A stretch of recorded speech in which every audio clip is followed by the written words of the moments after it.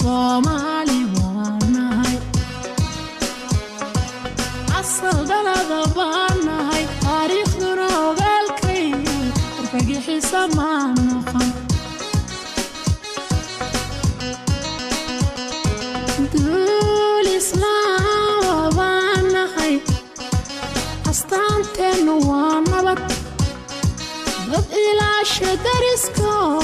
ixtiraama waanahay ummadaha ilaahay dad ammaan gashaanahay